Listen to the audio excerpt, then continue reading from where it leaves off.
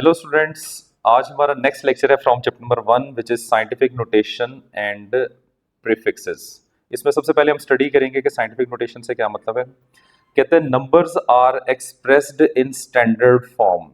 Numbers को अगर आप स्टैंडर्ड फॉर्म में एक्सप्रेस करेंगे तो ये नोटेशन क्या कहलाती है, साइंटिफिक नोटेशन कहलाती है। अब यहाँ पे क्वेश्चन ये प्रोड्यूस होता है कि ये स्टैंडर्ड फॉर्म से क्या मतलब है। तो इसको हमने नेक्स्ट एक्सप्लेन किया हुआ, कहते हैं the standard form consist of two things. जो स्टैंडर्ड फॉर्म है ना, ये दो चीजें कैरी कर रही होती है। नंबर वन कि इसमें पावर ऑफ 10 होनी चाहिए। Number employees the power of 10, यानी कि जो भी वैल्यू आपने लिखी हुई है उसमें हम ये वाला फैक्टर जो है ना वो लाजमी इंक्लूड करें। ठीक है, मल्टीप्लाई बाय 10 की पावर एक्स, एक्स कुछ भी हो सकता है, पॉजिटिव वैल्यू हो सकती है, नेगेटिव वैल्यू हो सकती है, फ्रैक्शनल वैल्यू हो सकती है, 1/2 हो गई, 1/3, कोई भी वैल्यू इसके अंदर हो सकती है। ठीक है, नंबर 2 वो कहता है only one non zero digit होना चाहिए to the left of the decimal. Decimal की लेफ्ट साइड के ऊपर एक नॉन जीरो डिजिट होना चाहिए, यानी कि फर्ज कर लें ये जो वैल्यू हमारे पास लिखी हुई है इस तरह से कि डेसिमल की लेफ्ट साइड के ऊपर एक नॉन जीरो डिजिट होना चाहिए। अगर किसी भी एक्सप्रेस्ड नंबर के अंदर ये दो बातें एग्जिस्ट करती हैं, मतलब उसमें 10 की पावर आ रही हो और उसको जब आपने लिखा है तो डेसिमल के लेफ्ट साइड के ऊपर एक नॉन जीरो डिजिट आ रहा हो, तो इसको हम नाम देते हैं स्टैंडर्ड फॉर्म का। और हर वो नंबर जो स्टैंडर्ड फॉर्म में लिखा होगा उस रिप्रेजेंटेशन को हम क्या नाम देंगे, साइंटिफिक नोटेशन का नाम देंगे। ठीक है, अब हम करते हैं इससे रिलेटेड कुछ एग्जाम्पल ताकि हमें प्रैक्टिस हो जाए। तो हमारे सामने ये पहले एग्जाम्पल लिखी हुई है, एग्जाम्पल नंबर 1। ठीक है, इसमें उसने लिखा हुआ है 134.7। अब पहली बात है, क्या ये स्टैंडर्ड फॉर्म है, साइंटिफिक नोटेशन है? तो इसका आंसर है नो। इसको अब हमने कन्वर्ट करना है साइंटिफिक नोटेशन के अंदर। तो किस तरह से कन्वर्ट करेंगे? एक बात उसने हमें ये बताई थी कि इसके अंदर पावर ऑफ 10 होनी चाहिए, और दूसरी बात ये बताई थी कि डेसिमल के लेफ्ट साइड के ऊपर वन नॉन जीरो डिजिट होना चाहिए। अब यहाँ पे देखें, डेसिमल के लेफ्ट साइड पे हमारे पास 1, 2 एंड 3 तीन नॉन जीरो डिजिट्स आ रहे हैं। तो हमें पहले डेसिमल को लेफ्ट साइड पे मूव करवाना पड़ेगा। तो डेसिमल को हम लेफ्ट साइड के ऊपर मूव जब करवाएंगे तो इसको हम कितने स्टेप्स मूव करवाएंगे? एक स्टेप यहाँ पे और एक स्टेप यहाँ पे हम इसे मूव करवाएंगे। तो ये वैल्यू हमारे पास बन जाएगी 1.347। अब जब आप डेसिमल को लेफ्ट साइड पे मूव करवाते हैं तो पावर ऑफ 10 इंक्रीज कर रही होती है। तो यहाँ पे आ जाएगा, जितने स्टेप्स आपने इसको मूव करवाया लेफ्ट साइड के ऊपर उतनी वैल्यू इसमें इंक्रीज कर देंगे, तो ये आ जाएगा 10⁻²। सो अब ये फॉर्म जो हमारे सामने लिखी हुई है ये कहलाएगी साइंटिफिक नोटेशन। बिल्कुल इसी तरीके से अब दूसरी एग्जांपल के ऊपर आ जाएं। इस एग्जांपल में उसने हमें वैल्यू दी हुई है 0.0023। अब साइंटिफिक नोटेशन के अंदर दो चीजें होनी चाहिए, एक तो पावर ऑफ 10 होनी चाहिए, दूसरा डेसिमल के लेफ्ट साइड के ऊपर नॉन जीरो डिजिट होना चाहिए, जो कि यहाँ पे जीरो डिजिट की फॉर्म में हमें नजर आ रहा है। अगर हम इसको कन्वर्ट करते हैं तो हमें डेसिमल को मूव करवाना पड़ेगा। कितनी प्लेसेस के ऊपर मूव करवाना पड़ेगा? तो ये देखें, राइट साइड पे हम इसको 1 स्टेप, 2 स्टेप और 3 स्टेप पे जब मूव करवाएंगे तो ये बन जाएगा 2.3 मल्टीप्लाई बाय 10 रेज बार। तो अब यहाँ पे चूंकि आप राइट साइड पे आ रहे हैं तो 10 की पावर जो है वो नेगेटिव यूज की जाएगी। जितने स्टेप्स आप इसको राइट साइड के ऊपर लेके आए हैं उतने स्टेप यहाँ पे लिख देंगे, तो 10 की पावर आ जाएगा इसमें -3। अब ये जो फॉर्म हमारे सामने नजर आ रही है, this is called scientific notation. इसको साइंटिफिक नोटेशन कहा जाता है। ठीक है, उम्मीद है आपको ये बात क्लियर हो गई होगी। अब आ जाए एक्सरसाइज में, उसने एक शॉर्ट क्वेश्चन दिया हुआ है, दैट इज क्वेश्चन नंबर 4, जिसमें उसने हमें ये दो वैल्यूज दी हुई हैं, ऑप्शन ए के अंदर और ऑप्शन बी के अंदर, और इसको कहता है कि आपने साइंटिफिक नोटेशन के अंदर लिखना है। तो वंस अगेन हम पहले वाली वैल्यू को लिखेंगे, तो इसमें हमें डेसिमल के लेफ्ट साइड के ऊपर जहां 3 नॉन जीरो डिजिट आ रहे हैं हमें उसे रिड्यूस करके 1 नॉन जीरो डिजिट के ऊपर लेके जाना है। तो हमें कितने स्टेप्स लेफ्ट साइड पे डेसिमल को लेके जाना पड़ेगा? That is 1 and 2। तो ये बन जाएगा 1.437 मल्टीप्लाई बाय 10 की पावर अब हमने यहाँ पे लिखनी है। तो हम डेसिमल को लेफ्ट साइड पे लेके गए हैं तो पावर ऑफ 10 क्या बन जाएगी?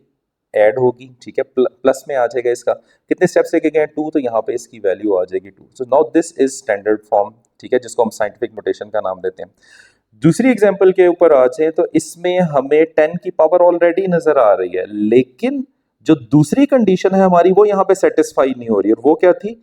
डेसिमल के लेफ्ट साइड के ऊपर एक नॉन जीरो डिजिट होना चाहिए। तो यहाँ पे तो हमारे पास जो है ना वो 3 डिजिट्स आ रहे हैं। तो अब हम इसको मूव करवाएंगे लेफ्ट साइड के ऊपर 1 and 1 2 प्लेसेस हमने मूव करवाना, तो ये बन जाएगा 2.064 और 10 पावर जितनी थी उसमें जितने स्टेप आपने डेसिमल को मूव करवाया वो ऐड कर दें। तो 2 पावर इसकी पहले थी, 2 स्टेप आपने और मूव करवाया है तो 2 और उसमें हम +2 कर देंगे, तो आंसर इसका बन जाएगा दैट इज 2.064 10 raised power 4।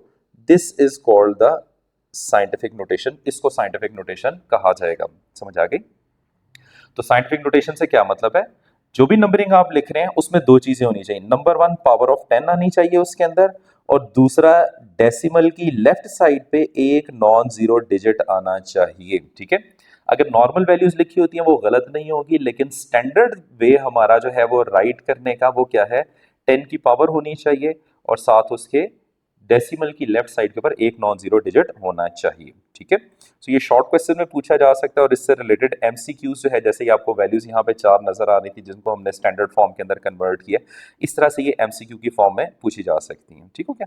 अब नेक्स्ट आ जाए, हमारा सेकंड पोर्शन जो था आज का, दैट इज प्रीफिक्सेस। प्रीफिक्सेस जो है ना, ये क्या चीज होती है? सो कहता है कि अ लेटर और ए सिंबल, ठीक है, कोई लेटर या कोई सिंबल यूज की जाती है कहां पे?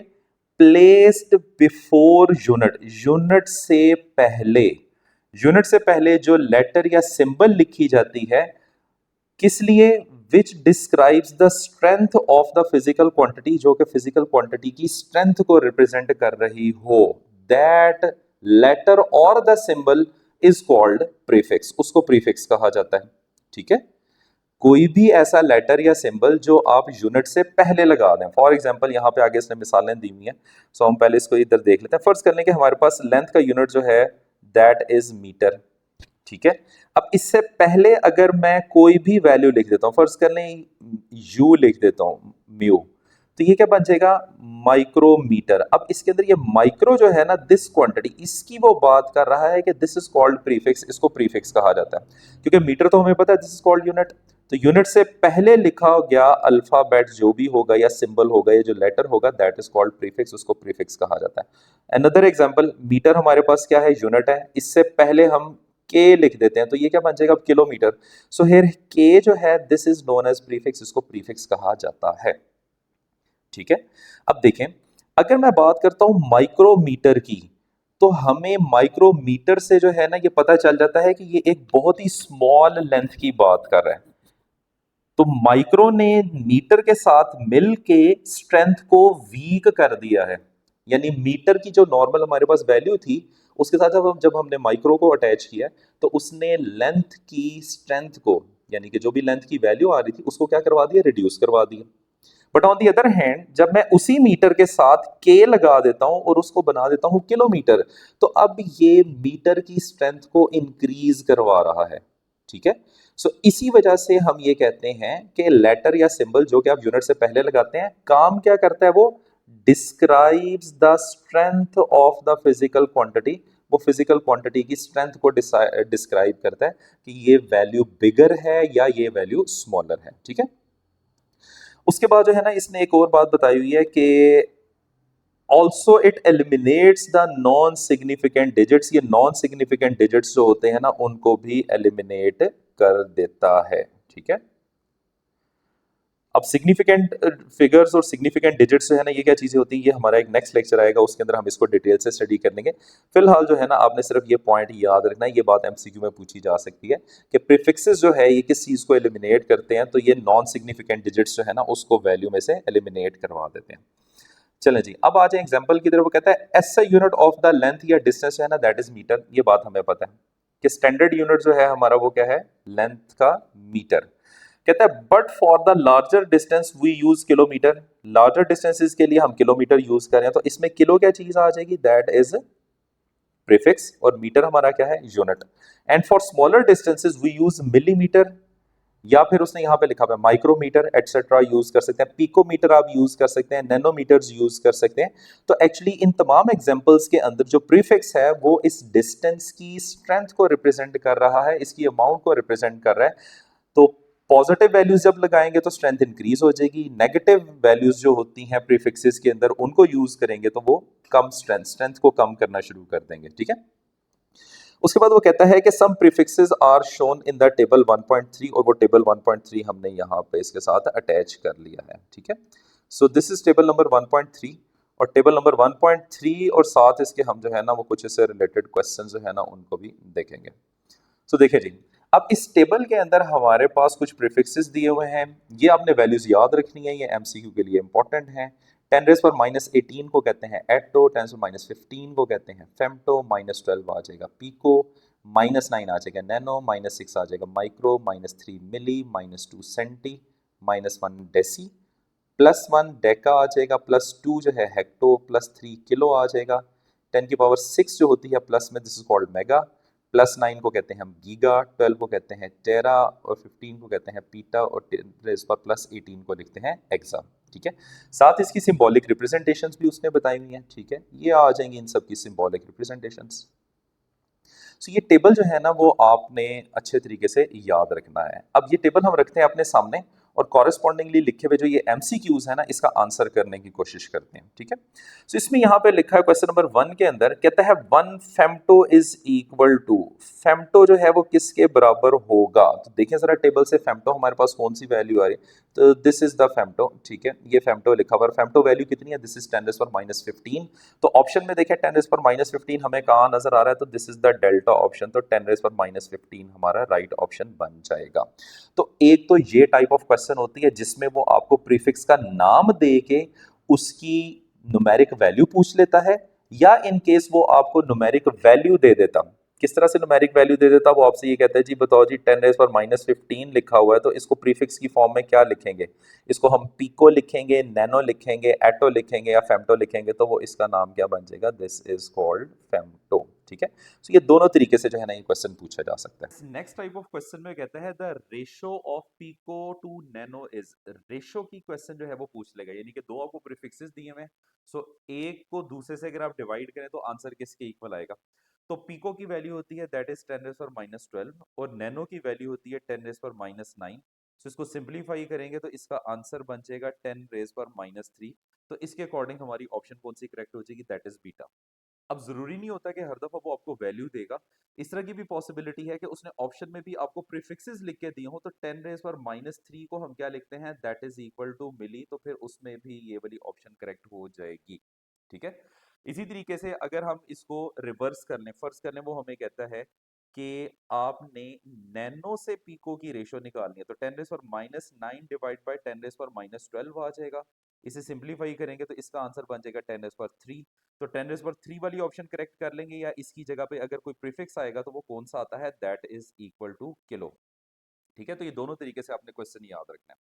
इसके बाद आ जाए हमारा नेक्स्ट क्वेश्चन है that is an other type, जिसमें उसने असेंडिंग और descending order of the prefixes जो है ना वो पूछा होता है। अब यहाँ पे क्वेश्चन में कहता है कि which of the given is the ascending order of the prefixes, तो प्रीफिक्सेस का असेंडिंग ऑर्डर आपने बताना है। इसके लिए हम करते ये हैं कि जो ऑप्शन के अंदर उसने प्रीफिक्सेस दिए हुए हैं इनकी वैल्यूज लिख देते हैं। तो गीगा जो है हमारे पास this is equal to 10⁻⁻9। Hecto जो होता है दिस इज 10⁻+2। फिर उसके बाद आ जाए किलो, दैट इज 10⁻+3 और मिली कितना होता है, दैट इज 10⁻⁻3। तो चूंकि हमने असेंडिंग ऑर्डर देखना था तो ये असेंडिंग ऑर्डर नहीं है, इस वजह से इसको हम करेक्ट नहीं कर सकते।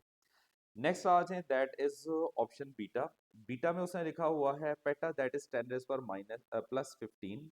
मेगा कितना होता है, दैट इज 10⁻+6। हेक्टो कितना होता है, दिस इज 10⁻2। और डेसी कितना होता है, दैट इज 10⁻⁻1, ठीक है। अब इसमें जो है हमने देखना था असेंडिंग ऑर्डर, तो ये भी असेंडिंग ऑर्डर नहीं आ रहा, लेकिन अगर हम गौर करें तो ये 15 से वैल्यू 6 पे आई है, 6 से 2 पे आई है, 2 से -1 पे आई है। So this behaviour is actually descending,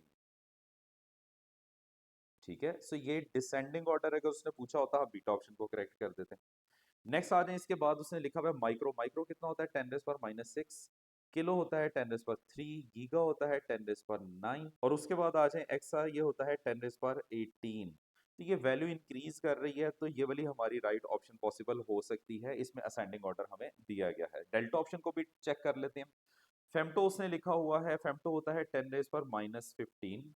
pico होता है 10⁻⁻12, नैनो होता है 10⁻⁻9, और टेरा जो है इट इज 10⁻+12 वाली वैल्यू होती है। तो ये वाली वैल्यू भी इंक्रीज करिए, इसका मतलब है ये दोनों ऑप्शन करेक्ट हो जाएंगी। तो हमारा राइट आंसर जो है वो हम यहाँ पे लिख लेते हैं, that is both C and D. तो ये आ जाएगी हमारी राइट ऑप्शन, ठीक है। तो असेंडिंग और डिसेंडिंग ऑर्डर वाले क्वेश्चंस इसके अंदर आते हैं, रेशो वाले क्वेश्चंस आते हैं, प्रीफिक्स का नेम पूछ लेता है, वैल्यू दे के, वैल्यू पूछ लेता है नेम दे के। तो ये सारी बातें इसमें आपने याद रखनी है। चले जी, अब हमारी एक्सरसाइज के अंदर उसने एक क्वेश्चन दिया हुआ है, क्वेश्चन नंबर 1.5, जिसमें वो कहता है कि right the following number using correct prefixes. Correct prefixes use करके आपने इन वैल्यूज को करेक्ट करना है। सो ये इसने लिखा हुआ है 580 10⁻² ग्राम। तो हम इसको नियरेस्ट पॉसिबल जो क्लोज है उसके अंदर लिखेंगे। सो ये बन जाएगा। प्रीफिक्सेस जो है ना ये दो तरह की होती हैं, एक को हम नाम देते हैं मल्टीपल्स का। मल्टीपल्स क्या होते हैं? ओनली पॉजिटिव पावर्स, वो सिर्फ जो पॉजिटिव पावर्स होती हैं उनको मल्टीपल्स कहते हैं। मतलब ये कि जो फिजिकल क्वांटिटी की स्ट्रेंथ को इंक्रीज करते हैं वो पॉजिटिव पावर्स होंगी, और पॉजिटिव पावर्स को क्या नाम दिया जाता है? मल्टीपल्स का। दूसरा आ जाए सब मल्टीपल, इसकी सेकंड टाइप होती है। सब मल्टीपल बेसिकली क्या होती है? These are the negative powers. और नेगेटिव पावर जो है वो क्या करेगी? Decrease the strength of the quantity. ये क्वांटिटी की स्ट्रेंथ को क्या करवा देती है? डिक्रीज करवा देती है। अब क्वेश्चन में आ जाए दोबारा वापस। तो क्वेश्चन में उसने हमसे क्या पूछा था? Which of the following is the least, सबसे छोटी मल्टीपल पॉजिटिव पावर। तो गिवन ऑप्शन में से आपने पॉजिटिव सबसे छोटी पावर सेलेक्ट करनी थी, तो वो डेफिनेटली ऑप्शन चार्ली ही बनेगी, ऑप्शन अल्फा नहीं बनेगी, ठीक है। तो स्टूडेंट्स ये है हमारा आज का लेक्चर, उम्मीद है आपको समझ आ गया होगा। और हमारे चैनल को लाइक करें, सब्सक्राइब करें, ज़्यादा से ज़्यादा शेयर करें। इससे नेक्स्ट पोर्शन जो है ना वो हम नेक्स्ट लेक्चर में करेंगे। Thank you.